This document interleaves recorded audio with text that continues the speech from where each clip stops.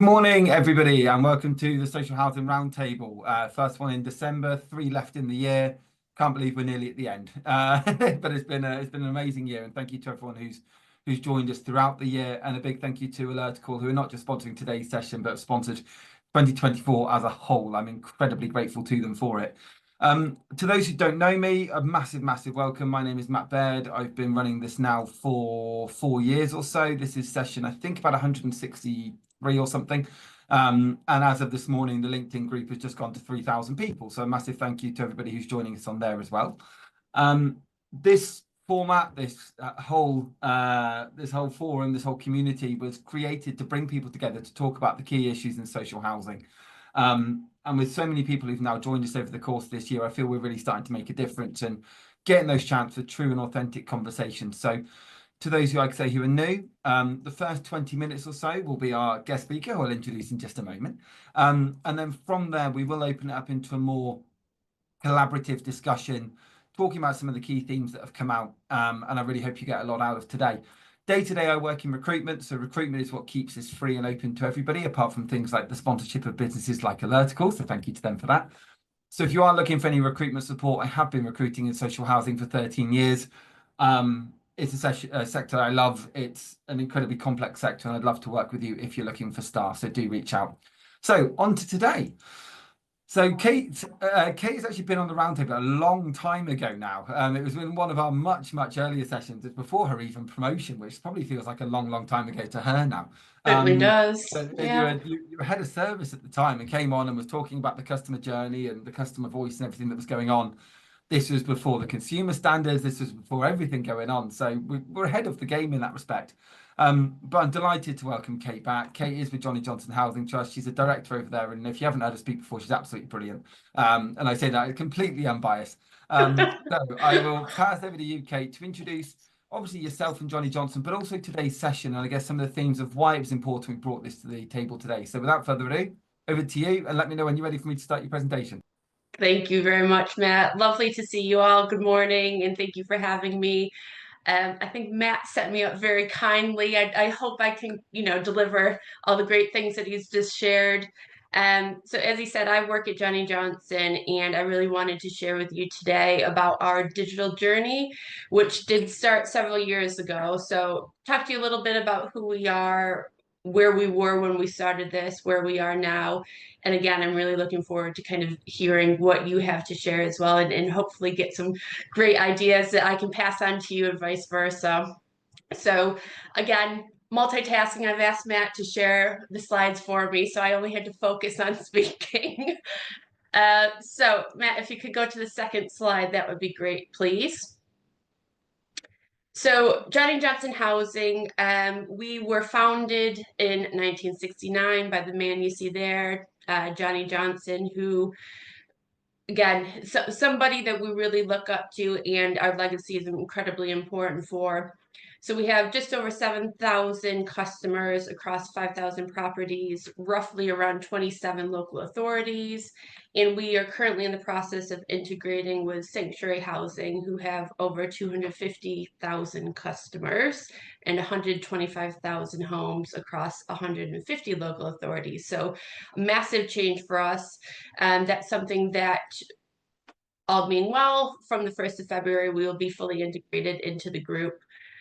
So a lot of changes going on. And again, I think it's very timely to share what we're doing and what we plan to do moving forward because of the changes that are happening and the influence we can make in Sanctuary. Next slide, please. So for us, this all started back in the summer of 2021. We did what we call the Customer First program. So I did a piece of research with a company looking at doing best what matters most to our customers. So really pleasingly, we had over 700 customers that took part in our research, and it was asking them all sorts of questions about the service we offered, how well they thought that we carried it out, but also any kind of gaps that they may had, improvements. And the themes that came out of it weren't unsurprising. So there was three big themes. That was around repairs. So doing them when we said we would do them, doing them well, and then making sure that we kind of follow through with any carry on follow-up works. Communication was the second biggest theme. And that was, again, really being able to have that honest and transparent communication with our customers about what we were delivering, what we couldn't deliver, why we couldn't deliver it, and what was going to happen. They didn't want to be sat there waiting for, us to tell them something that they already knew or we've missed. And then also keeping promises. And again, that goes back to the first 2 points really about anything that they asked us, a service delivery request, that we were doing it when we said we would do it and doing it well. So all this research really led to 5 key principles, which you see across the bottom of the screen, so that we know who our customers are, that we're 24/7, we're digital first, we choose experts, and we add value. So looking at the research, looking at the outcomes, looking where our gaps and opportunities were, this led to a restructure. And really that was around upskilling our staff to meet all those changing needs and expectations of our customers. One thing that we did at the time, which was really insightful, as part of the assessment, we did a digital skills test for our teams that were really on the ground, our operations teams. And I think speaking to a lot of colleagues and other businesses, what we found was we had some really fantastic, really passionate scheme managers, or as we call them, community housing officers, but they'd been there 20, 30 years, hadn't necessarily had the skills anymore as far as the change in technology that we needed as a business, but also to be able to support residents moving forward. This linked into a new training program that we developed that focused on systems, continuous improvement, and again, doing best what matters most for our customers. So really being able to say yes more than we would say no. And if we had to say no, explaining why. Linked to the structure, there's a creation of a couple new teams, and one of those was a project management team, our customer experience team looking at that journey, as well as a digital team. And all of those were to support our technology projects that we're rolling out across the business, as well as self-service. So we really went in guns blazing with this new structure. We introduced an app, a portal, digital notice boards in our schemes, our own choice-based letting system, and really started our digital warden call project with Alert Call, actually. And something that we were really keen on, and I'm pleased to say that, again, we've done this throughout, is we worked with our customers from the very beginning. So not only using their feedback, but checking in and pulse points along the projects to understand what they wanted, what worked well, and what we can improve upon. So for example, the app, you could log a repair and you could pay your rent, but people wanted to be able to see the rent balance, for example. The portal was linked to our housing management system, which was fantastic because it was live data that went through, and that meant that our customers were able to get more from the portal than just the basic that we had at that starting point. The digital notice boards are something that our ICT team rolled out, but that are managed by My Neighborhoods teams on the ground. And again, that's to have that localized, personalized service for our customers. So you'll find on some, there's a bus schedule, there's links to local shops, there's information about who's on scheme and when, such as repairs, for example, or if there's cover from the scheme staff, excuse me. Our choice-based letting system was something that was quite an undertaking, but again, we wanted to push that self-service, and that really drove down the amount of calls that we were getting into the contact center once we went fully self-service for our CBL system. And I think one thing that we found throughout the process is, even though we specialize in independent living and over 55s, there was this stigma around older residents not being able to self-service, which is fundamentally untrue. And we've been able to prove that with all of this technology, but our CBL has shown we have over 9,000 potential applicants on our system, and again, for 5,000 properties. So it's reduced our turnaround time, our average relet time, void loss, And again, all of that has meant we've had more customers in homes, which are very much needed. Next slide, please, Matt. So at the start of the project, I just wanted to show you kind of where we were on those 5 different pillars. So around knowing our customers in our independent living schemes, about 41% had broadband in their homes, more in our general let properties, and that's absolutely as you'd expect. Our portal, you could only look at your rent balance. You couldn't do anything else when we first started. And our repairs, you could log them, but it was a separate system. It wasn't linked into our housing management system, and that was through our main contractor. So you had 2 different logins for that. Around our digital notice board, we only had one, and that was something that was in one of our extra care schemes. And as much as we were looking to roll that out, we wanted to test that first to see what worked well and what we could improve upon. Experts, we had around a quarter of our residents in independent living wanting some digital skills support. And for us, this was really pushed, as I'm sure a lot of you can relate to, around the pandemic. It forced people to be online. So we really brought it back to basics for our customers around explaining to them what it meant to be online. Again, looking at some of that stigma and scare tactics around, if I share my bank details, where does that go? So we were able to really work with customers around understanding the basics of getting online and bringing it back to them.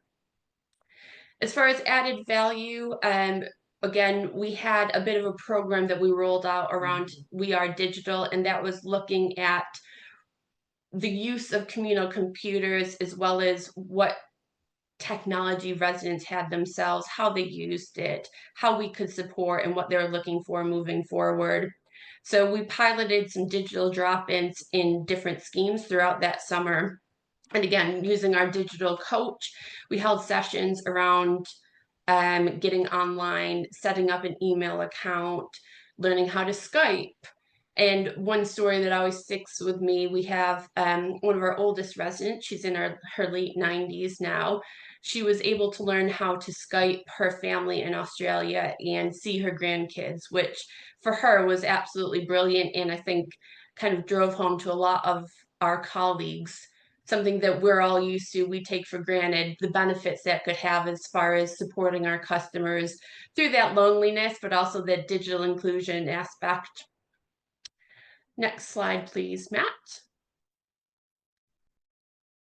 So once we launched Customer First, again, there was quite a lot going on in parallel across the business, but focusing on these 5 aspects. Knowing our customers, so we had a good proportion of email addresses for our residents, but we wanted to make sure we had more because we are mostly paper-based business. So being able to email our residents out letters, it's quicker turnaround, it's more cost effective. It, again, supports that self-service and that digital. Our digital coach, he's one person, but he does a fantastic job. And from those stats, he's actually seen over 1,000 individual residents supporting with one-on-one, again, helping people either get a tablet, set up a phone, set up an email address. And that's something that's really valued, is shown through case studies that we've done with residents who've had his support. So I've mentioned we redesigned our portal. That's something that we sign residents up to when they move into a Johnnie Johnson property. So we've done that digital first, again, knowing our customers, because you have to register to be a Johnnie Johnson tenant through our self-service CBL system, which I touched on. That information will link across to our housing management system once someone's offered a tenancy. So that information is really key, but also it gets people using digital technology when they interact with us. So that's something that we monitor. And of course, you can see by the stats, there's more that we'd like to be able to do on that and drive that usage, but it's really quite big impact that it's had for our contact center, again, as far as reduction in calls.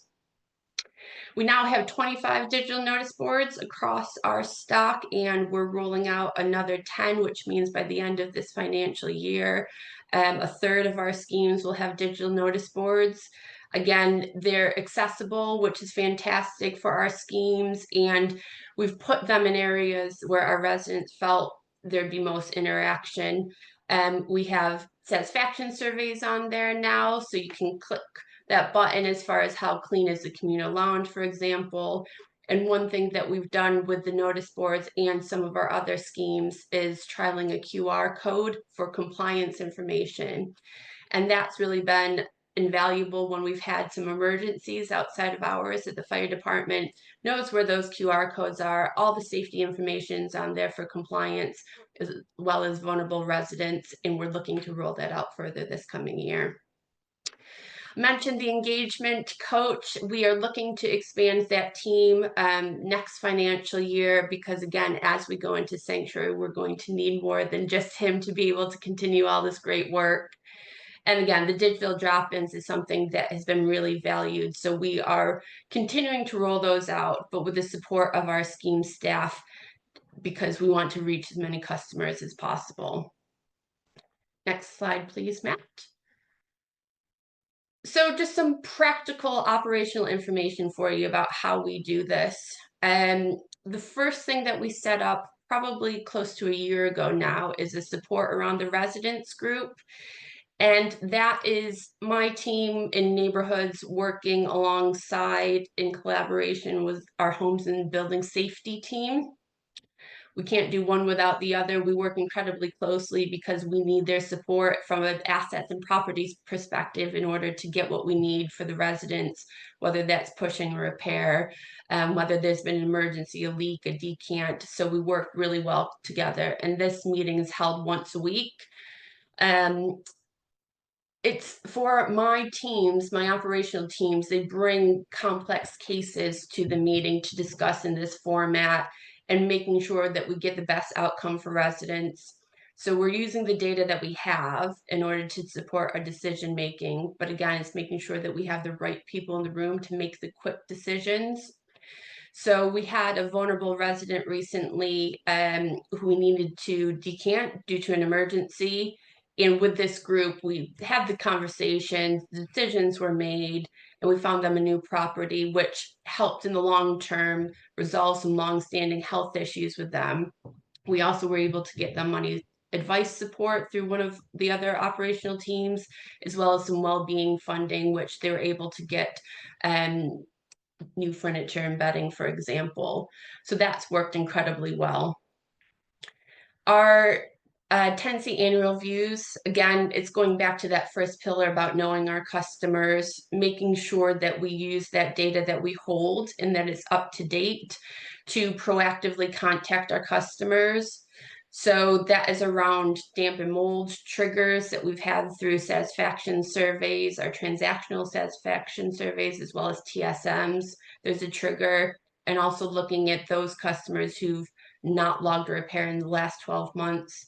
So for us, it was really key to make sure, again, the data that we held, we were using, we were updating, and that's from all of our systems. So not only our housing management, but what other areas were telling us, like the transactional satisfaction. The well-being and money advice, those sit within my teams, but for us, how we wanted to use them is very much around that individual support and referrals. So the teams issue out food vouchers. We're trialing some e-vouchers to get to customers more quickly in emergency situations. The teams have been trained. They do armchair classes, and again, that's helping to combat the loneliness and isolation that some of our residents have felt more so in the past few years. And for our well-being team, they've brought in this past quarter an additional £40,000 worth of funding to support residents. Our money advice team has brought in an extra £200,000 worth of additional benefits for the residents they support. So it's really around working in collaboration across the business in order to support our vulnerable residents, as well as our wider group of residents, and make sure that they can live as long as possible independently in their homes. and digital support, topic of the conversation today. So we've done a few pilots really around digital poverty, digital inclusion, and we worked with Unilever earlier in the year to be able to provide tablets to some residents. And again, we wouldn't, of course, just give them without any sort of training or support. So the digital coach sat with them, helped set them up, and really positively, some customers have fed back to us again all the uses and all the things that they're able to do now. So from watching their movies, but they've been looking at applying online for different roles. So we make sure that there's that end-to-end support there for them. Again, and then digital support, one thing that I'll touch on in the next slide as well. But as we are going through our warden call, we've renamed it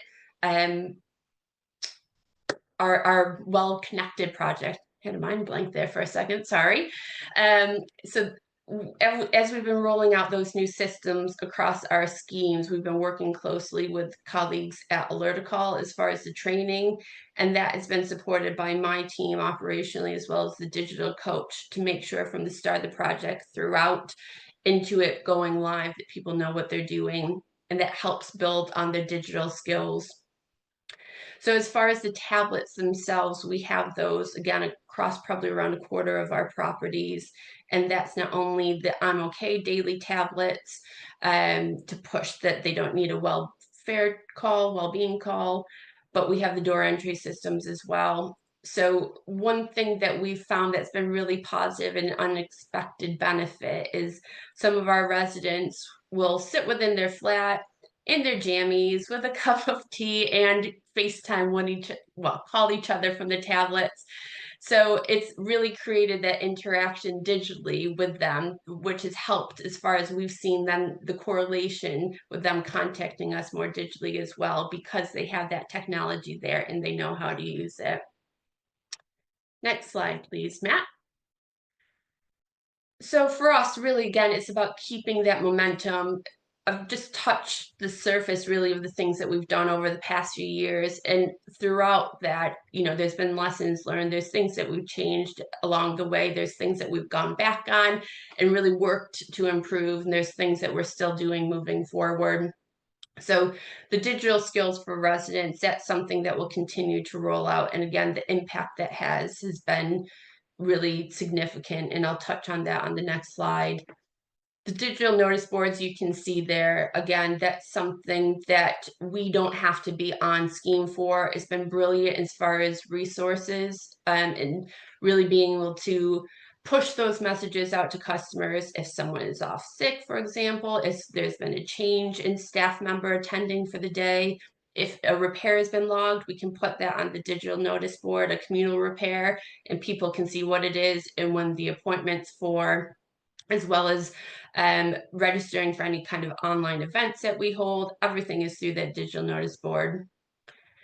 We're continuing to work on our scheme connectivity, looking at not only the communal printers, communal computers, but the Wi-Fi, flood Wi-Fi in schemes, and how we can roll that out across our schemes, some which are a bit more remote and more difficult, but what can we do for customers and what is the desire there? So we're doing a big piece of work as far as, again, from where we started in 2020, 2021, where our digital use is now and where the gaps are. And then the digital resident engagement. So all of our engagement events, in order to sign on, are online through our portal or through the website. We hold quite a lot of them face-to-face, as you'd imagine, but we also make sure as far as our calendar of events that we have digital online options. And those are outside of hours for people that work. We have trialed them on the weekends, but there isn't much uptake on that. But that's something, again, we want our customers to have options, and there is a real positive engagement that we've seen for customers who don't live in an independent living scheme but want to be involved. They tend to be the ones that come to our digital sessions. And then our Well Connected, which I mentioned, is what we now call our warden call project. So that's something that we continue to roll out. We have done pilots, but Alerticall is our product of choice. So thank you for sponsoring again. alert a call. And that's something that we've worked really closely with Ben and his team about how we can use the product best that works for us. So yes, it's helped as far as resource efficiencies with the I'm okay button, meaning that the scheme staff don't have to call every resident every single day. That has enabled them to focus on the more vulnerable residents or those with an emergency who haven't pushed the button. We have surveys on there, repairs on there. And again, I know that there's quite a lot of enhancements over the next year that we'll be able to get with the tablets as well. Last slide, please, Matt. And then I just touched on it previously, but really wanted to show as far as the digital confidence, we did some pulse surveys with our residents at the beginning and then throughout the projects, depending if that was a digital session they went on, whether that was using their portal, the app, or again, digital notice board, and then after point. And you can see on there, the digital confidence of our residents has grown by over 69%. And that is something that I think I'm most proud of all the work that we've done, how far we've come with our digital journey for our customers. Again, going back to the individual point that there's a stigma around older people maybe not knowing how to use technology or not wanting to, and that's absolutely not been the case for us. We've put the support in, we've put the products in. Like I said, we continue to get that feedback from customers to improve, but absolutely that's something that our customers know when they're with us, that they have a range of options of support. So there still is the face-to-face, and that's incredibly important, but there's digital options and choices for customers too. So thank you very much. I appreciate there's probably a bit of a whistle stop and a lot of, of information there. But again, I'm really looking forward to hearing any kind of feedback or thoughts you've had as well. So thank you very much. No, thank you very, very much. And I can see that the chat's been going off and everything as we've gone through. So we're going to start bringing people in, as Dave has just done. Thank you very much for doing so. If you are interested in jumping in, please do use the react and then raise hand feature. There's a lot of points I want to get raised in the chat as well. But Dave, I'll bring you in first, and then I'm going to go to some of the points in chat as potentially other people get a bit brave to also raise their hand. You're on mute at the moment, so I've just asked you to unmute, and hopefully you'll be able to come in now. Cheers, Dave. Yeah. This episode of the Social Housing Roundtable is sponsored by Alertical. Alertical helps as many people as possible feel safe, connected and informed by combining ingenious technology and award-winning human contact. Alertical's digital engagement solution helps social landlords proactively know their customers and properties by putting a portable touchscreen in every home, offering a daily property check through the optional OK Each Day service, plus repairs reporting, tenant surveys and much more. They also provide Beyond Warden Calls, an easier, simpler and lower cost wireless warden call solution with video door entry, dispersed telecare and smoke alarms. Alertical works with over 60 housing providers across the UK to enhance two-way engagement between customers and landlords. In 2022, Alertical won the Queen's Award for Enterprise and Innovation, and in 2023 won Housing Supplier of the Year. I'm delighted to have them as our sponsor of the Social Housing Roundtable throughout 2024. Thank you. Just wanted to say, Kate, I really love the work you're doing and the direction that you're taking, and that last slide in particular was really a great kind of indicator of that. I guess I'm really curious about accessibility and especially around kind of digital first approaches. Digital first offers us a really kind of, I guess, promising route forward, but there are some similarities in other sectors like government where things like non-digital journeys and the like are still an essential part of any digital service. I'm curious if you came across any accessibility issues within research and how that might have been addressed, and as well whether or not your kind of digital kind of approach at the minute is looking to be WCAG compliant or is already WCAG compliant. Thank you. Sure. So I think on the first point, as far as accessibility, for us at Johnnie Johnson, it's absolutely vital that we kept that face-to-face for customers as well, because we know that not everyone wants to be digital. So it wasn't forcing people down that route. It was gradually introducing them, giving them that training, that support. So there still are those options. So we haven't had, I suppose, any real feedback as far as the accessibility being an option. or a barrier for that matter. So I think that's something that we're very conscious of because of our resident makeup. But I think because we've taken a slow approach and we've done it in incremental measures, that's helped as far as our customers. But there are absolutely still some customers, some of our residents who don't use digital at all, and that's absolutely fine because of the service that we offer. As far as, sorry, your second question, I've already forgot. Sorry, Dave.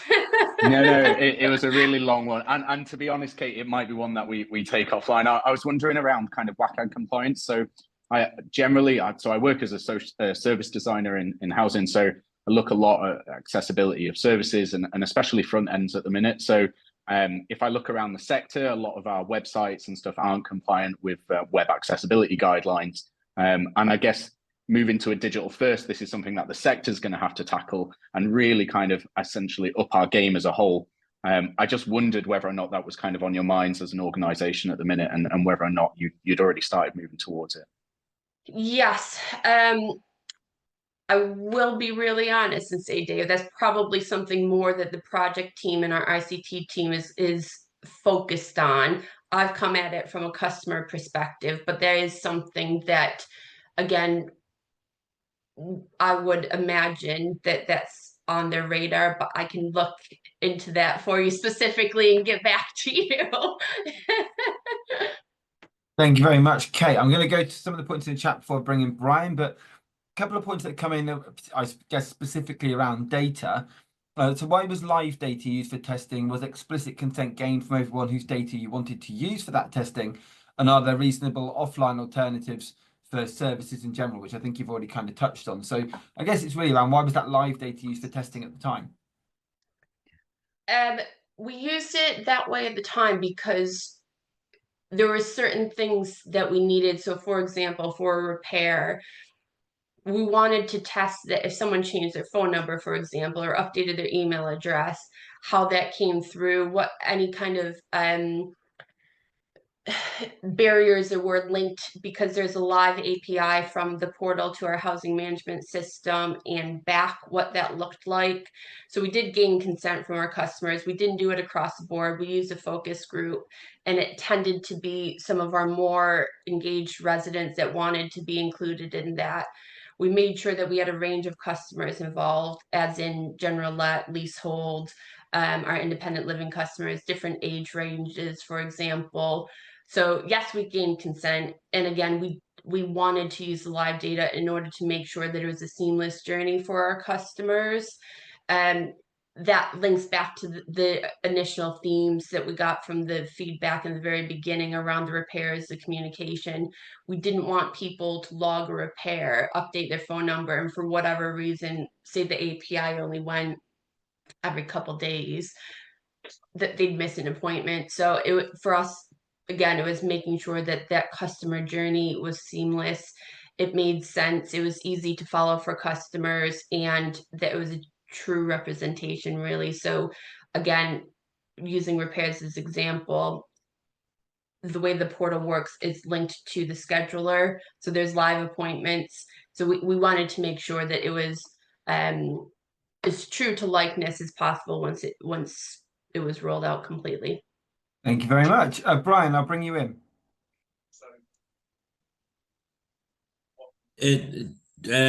The scheme certainly seems to come across where you've got a group of people living in an independent living scheme or sheltered housing.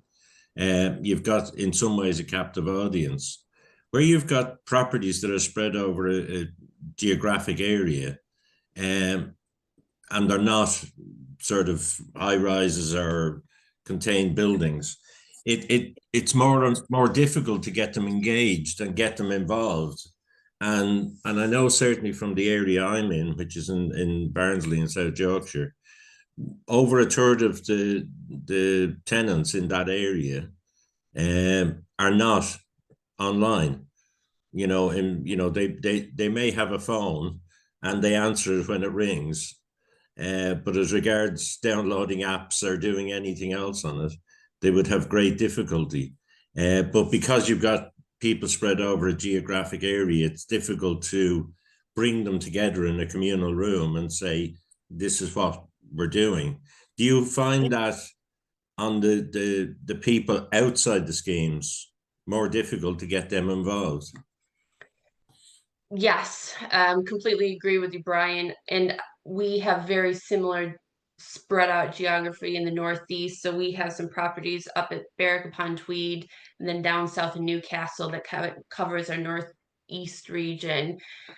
What we've done is, yes, we have a digital coach, but the operational teams have been trained as well, being able to have those conversations with customers, and they're the ones who are out in the regions more often. On your point, for our general let or leasehold shared ownership customers, that's something that we do promote, but it hasn't had nearly the uptake, as you said, as our independent living customers. However, I would say general let we found probably over the last 2 quarters have been more engaged. And I think that's probably because of our position moving towards sanctuary. They want to know what's going on. So we've had a bit of an uptake because of circumstances. But colleagues have tried to push it. And again, I think because of the differences in how our customers are, again, a captive audience, as you said, that's something that we've tried to work with. So we have tried different approaches. We put some information in our rent packs, for example, for the annual rent review, as far as how to get in touch with us, and that's around portal app. So we mention it, but again, we don't push anybody down that route if they're not wanting to go digital. That's absolutely fine. I wouldn't say to anybody in Newcastle you're from down south. Thanks, Brian. Yes. Yeah. Cheers, Brian. Thanks very much. There are a couple of points in the chat now. I'm going to bring in David Levinson. So David said 23% of the population has a disability, and many of these come with accessibility needs. Curious if you did any research around accessibility needs for your tenants and if anything surprising came up. And it ties in with Sue Healy's point, is there's some analysis that social landlords who provide mostly digital engagement, portal journey of engagement, receive lower satisfaction rates on their TSMs. I don't know if you found anything with that in terms of when you're doing a bit of that deep diving, Kate. Yes, so part of the work that my well-being team does is around vulnerabilities, accessibilities, really kind of looking at the people approach. So there is a good proportion of our residents who suffer from dementia. So we've done a lot of workshops for awareness with our colleagues around dementia, as well as next of kin, for example, as well as how do we build that digital journey into our service offer for those customers. And that's something that we're in the middle of. So I don't have the outcomes of that, but happy to share that at a later date. We absolutely want to do more research around that, because despite this being, again, going on for 3 years, it's never been a one and done thing. We do want to continue to improve. And I think now is a really key time for us as we move into sanctuary, because they have roughly around 10,000 properties that are specific to independent living. So that opens up a whole new remit as far as how many people that we can get involved in, and we want to make sure that that service that we've been able to deliver continues to be high, but at a much wider scope. So that is a piece of work, like I said, that we're still working on, and really will be working on into the new year. As far as our TSM scores, when we broke it down by tenure type, and again, I think this is probably the same for many of you on the call, our leaseholders and shared owners had lower satisfaction than those in other tenure types. Our independent living customers actually were the most satisfied. And the feedback, when you looked at because we asked for some verbatim comments on transactional, for example, is around having that support, around having options, living in that community type presence. So it hasn't affected our scores. If anything, I think it's probably brought them up. And again, because we do say that we are market making and we specialize in independent living, that's something that really proud of, to be able to show that that's kind of filtered through the services we offer. Thank you very, very much. I'll give you a pause to to stop talking for a moment, because I appreciate getting a lot of questions thrown at you. I'll take a drink. Yeah. I say, Marie, I'll come back to you in a minute, because I can see you've got a very Christmassy background, which is great. But David, I'm going to bring you in first, and then we're going to Marie, then Aklak. So David, over to you.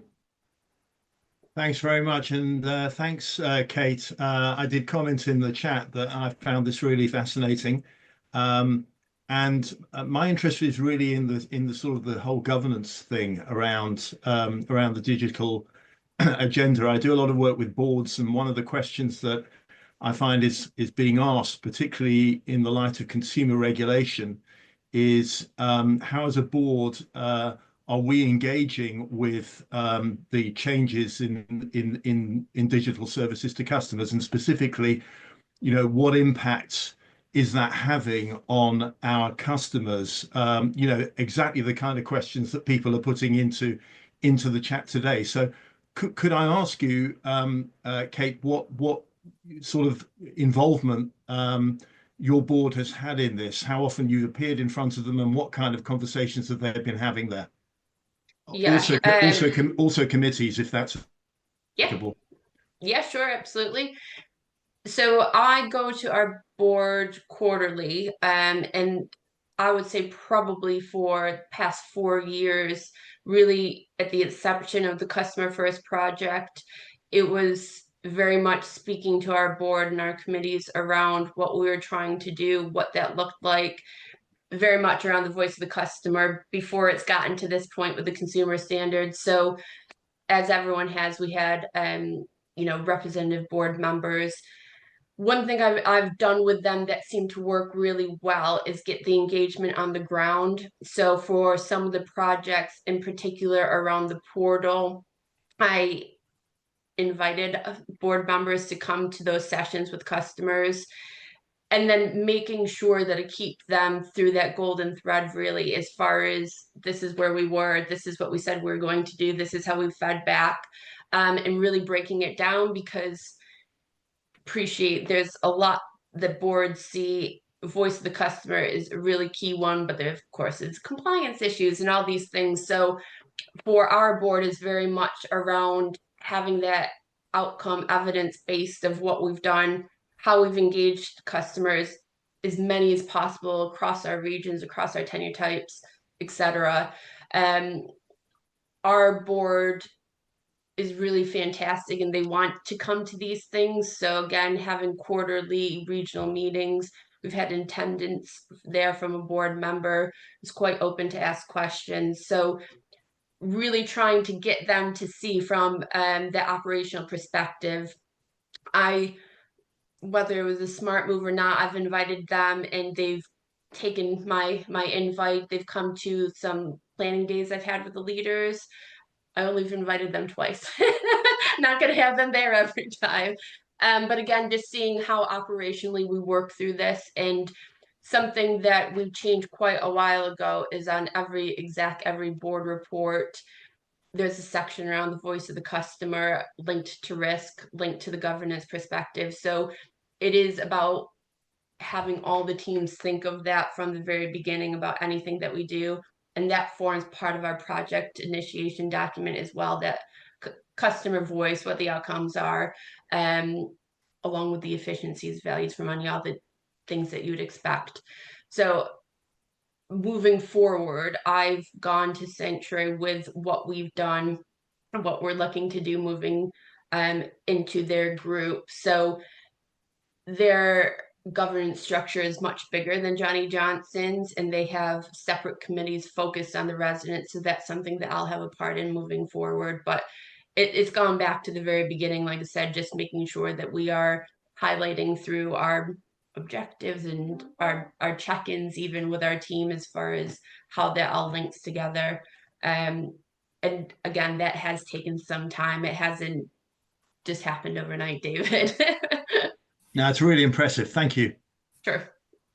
Thank you very much, David. I was going I mean, it's great because you kind of jumped ahead on some of the points I wanted to raise from the chat anyway. It's always nice when someone can kind of bring them in, and I really appreciate you doing so, because the next point I was going to bring was actually one that Aklak's made, but I can see he's waiting on the waiting patiently. So, Maria, I'm going to go to Aklak just because next to the chat, and then I'll come to yourself. But yes, Aklak, I'll pass over to you first. Yeah, I think what you're doing is really good, because I like digital first, but at the same time, I look at my parents and stuff and think they're not quite digital first. So I was just wondering how much work you did with the different demographics, or identifying your demographics, because if you merge with Sanctuary, obviously your property unit portfolio is going to turn to, well, about 10 times more than what you've got now. So that was, have you done anything, and have you got any stats around what worked and what hasn't worked for each demographic? And then the other thing was whether you've engaged with like the water companies, because I ran a digital transformation program a few years ago for United Utilities, and we did that whole piece against understanding the actual customers. I'm just wondering if there should be maybe some joint approach, because they are doing stuff. Water companies are doing stuff, and I use water because everyone uses it, whereas electric providers, there's multiple. So it's whether there's, I don't know if have you engaged with any of those providers as well? Yes, I'll start with that question and then go back to your first one. We did try to engage with some suppliers. Nobody said this, but the impression that it got was because of our size, people weren't quite willing to work with us in the same way. I want to revisit that because I think that's a fantastic idea. And again, once we're within Sanctuary, size won't be an issue, so they can't use that excuse anymore. So we did, but we hit a bit of a brick wall, really. Again, I think for the amount of effort, resources, we weren't getting anything back for the suppliers that we did get in contact with. But I agree with you. I think that would be a great partnership that we could work with moving forward. As far as the demographics, yes. So part of that initial segmentation that we did was looking at our tenancy data and breaking it down into the different demographics to see where our pockets were as far as age. For example, we know that certain schemes, the average age was 83 years old. So being able to have a comparative to another scheme, say where the average age was 57. So we did it in a pilot approach that way. We were able to use the initial kind of outcomes of those conversations, working with our residents, in order to build up the program, really. Our oldest resident is 103, and to be fair, she's more digital than some of the team are. I would say she's fantastic, Frida. So again, for us, I wanted to use things like Frida's journey, where we've done case studies, of course, with her consent, to be able to show that age isn't a barrier, or accessibility, for example. So we've published those, some of them within our magazine that goes out to residents, others more internally. And again, that's something that I report on monthly to our exec, and then quarterly to our board, these case studies to show what we're doing is working, to be able to show that tangible feedback more than anything else. And it's not just me saying that it's done well. You've got some stats there. So, and those are always really nice stories to read, I have to say, because my team give those to me on a weekly basis. And some of the work they do is just really, really heartwarming to read. So it's something that I'd like to continue. But again, it's how we do that moving forward. But yeah, hopefully that answers your question. Thank you very much, Aklak, and cheers, Kate. So I'm going to read out some of the points that have been raised in the chat, because I think there's some interesting ones, and we'll try and do a wrap up as we're going to go the last 10 minutes already, which has been wild because it's flown by today. So there's been some analysis. Is that my background noise? Might be. Don't know. Is that someone else's? Gary. There we are. Lovely. There's been some. Where was I? Apologies. There's been some analysis that. Oh, we've done that bit. Apologies. Here we go. Now I'm back on it. There was a question about what information vulnerable residency putting online, and to what extent are there adequate phonable people available for those who want to complain and seek help by telephone. I think they've been answered. I think alert call are very, very fast. Someone said, are they available within the first minute? Yes, I mean, that's an almost instantaneous service. And I know there's been a lot of work that's gone into that. So thank you for sharing there. Alicia said she was very interested in the scope for QR codes. It's something my housing association are beginning to use more. Keeping information up to date is essential, and anecdotally, it's an issue for many landlords. Couldn't agree more. Jim has said we at Taurus. Can I just give a live example on that, Matt, that I forgot? Do. But Yeah, I can yeah, see please Ben. do. I can see Ben Lambert, so I'm gonna share. We have an outlying scheme down in Hertfordshire, so it's hundreds of miles away from the rest of our stock. We put the alert call tablets in that scheme because I didn't have a member of staff there while there was a vacancy, and there happened to be a major fire, which you don't want to happen ever, but at a scheme where there was no staff, it was like, wow. Thank you to Ben's team. Because we had the tablets, we were able to roll out a message again like that to all the residents to let them know what actions we were taking, keep them updated.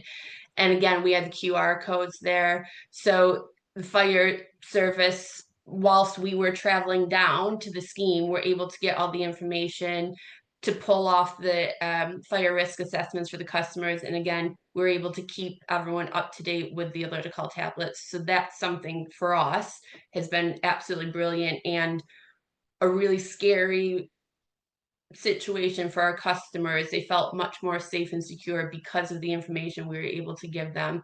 And that's because of the tablets and the QR codes. So that's been brilliant.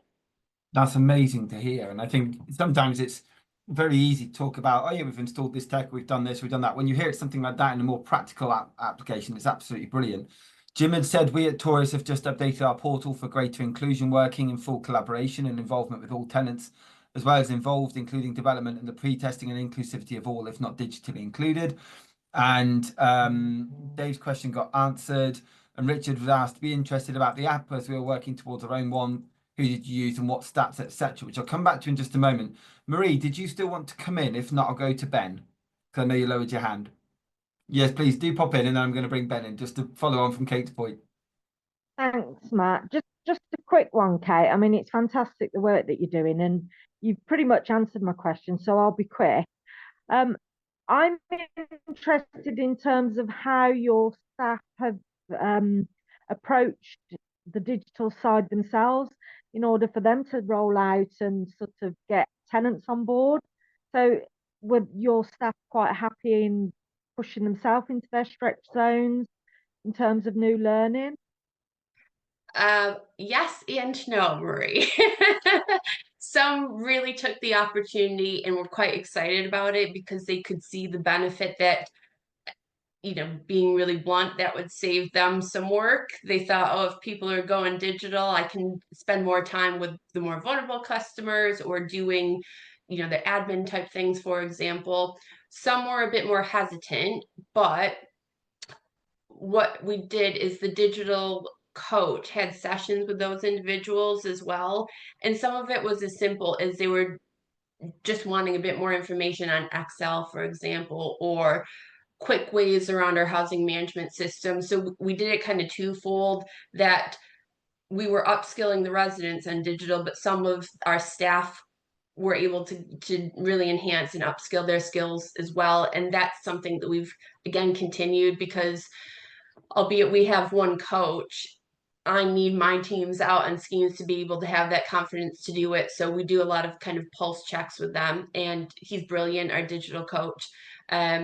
So there was some hesitation, but I think for the most part, we've overcome that now. Yeah, fantastic. All right, thank you. Sure. Thank you, Marie. Ben, I'm going to bring you in. Thanks, Matt. And thank you, Kate, for your lovely, kind words. I'll take you out for lunch at some point, I'm sure. Just to follow on from a couple of bits that you were saying, it's interesting talking about Frida at Johnnie Johnson, because we have a handful of customers on our service that are 100 plus, and invariably whenever we go out to present the service to new organizations, and it's a really important part of our deployment structure. So before we communicate anything with customers, we have sessions with staff. So Kate's probably still in therapy over the various meetings that we had in the run up to deployment.